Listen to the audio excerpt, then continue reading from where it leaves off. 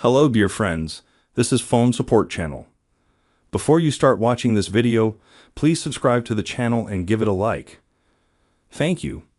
In this video I want to show and tell you how to share your geolocation in WhatsApp. Then you open a chat with anyone and click on the plus sign here, and this is where you see the icon, location.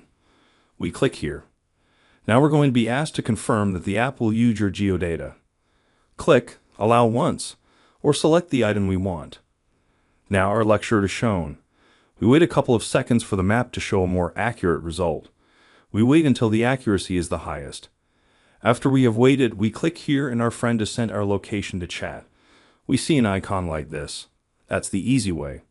If we want our friend to see our movements on the map, we again click plus and open location, and click share live location, and click OK.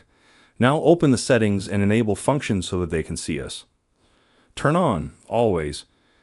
Go back in the application and choose a period in which to show our position on the map. There is a small selection here. We choose and send to our friend. Now as long as the time goes by, we will be seen. To stop showing our position, press Stop Sharing. This function is now turned off. Done. Nothing complicated. If you like this video, put likes and subscribe to the channel. That was Phone Support. Bye.